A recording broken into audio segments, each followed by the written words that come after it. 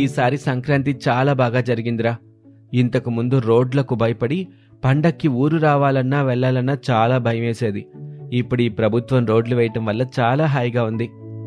ఈసారి పండక్కి రైతుల దగ్గర ధాన్యం డబ్బులున్నాయి. ఆడవాళ్ళకి ఫ్రీగా ఇచ్చిన గ్యాస్ సిలిండర్లున్నాయి. ముసలోళ్ల దగ్గర పెన్షన్ డబ్బులున్నాయి. కుర్రాల చేతిలో మెగా డిఎస్సి బుక్స్ ఉన్నాయి. మళ్ళీ ఊరిని ఇలా చూడడం చాలా సంతోషంగా ఉంది. ఏంట్రా, ఈరోజే వెళ్ళిపోతున్నావా ఊరు?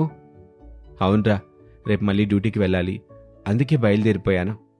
నేను రేపు బయలుదేరుతున్నాను. ఎల్లుండి డ్యూటీకి వెళ్ళిపోవాలి. నేను రేపు వెళ్ళిపోతున్నాను. నాకు రేపటి వరకే సెలవులు. ఏరా, నువ్వెప్పుడు వెళ్తున్నావు? వీడు వైజాగ్ స్టీల్ ప్లాంట్లో కాంట్రాక్ట్ ఎంప్లాయ్ కదరా. స్టీల్ ప్లాంట్ అంటే రన్ అవుతుంది, కానీ ఈ కాంట్రాక్ట్ ఉద్యోగుల్ని మళ్ళీ ఎప్పుడు పనుల్లోకి తీసుకుంటారో తెలీదు. కాబట్టి అప్పటి వరకు ఊళ్ళోనే ఉంటాడు.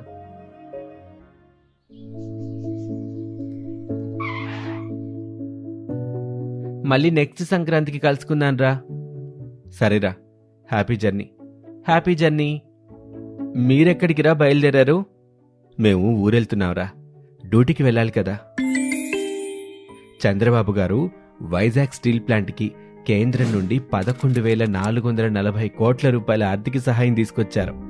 మా 4,200 మంది కాంట్రాక్ట్ కార్మికుల్ని మళ్లీ విధులోకి తీసుకుంటున్నారు. అందుకే మేము ఊరు బయలుదేరాం. కంగ్రాట్స్ రా, కంగ్రాట్స్. మీ స్టీల్ ప్లాంట్ పరిస్థితి ఎలా ఉన్నా, మీ కాంట్రాక్ట్ ఉద్యోగాల పరిస్థితి ఎలా ఉన్నా నువ్వెప్పుడూ డీలా పడలేదురా.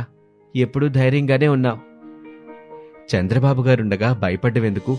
1998-99లో కూడా స్టీల్ ప్లాంట్కి ఇలాంటి పరిస్థితే వచ్చింది. అప్పటి సీఎం కూడా చంద్రబాబు గారే. ఉక్కు సంకల్పంతో ఉక్కు కర్మాగారాన్ని కాపాడారు. ఇప్పుడు ఆయనే కదా సీఎం. మాకు తెలుసు ఆయన ఉక్కు సంకల్పం గురించి, అందుకే భయపడలేదు. హ్యాపీ జర్నీ రా. థ్యాంక్ యూ రా, హ్యాపీ జర్నీ.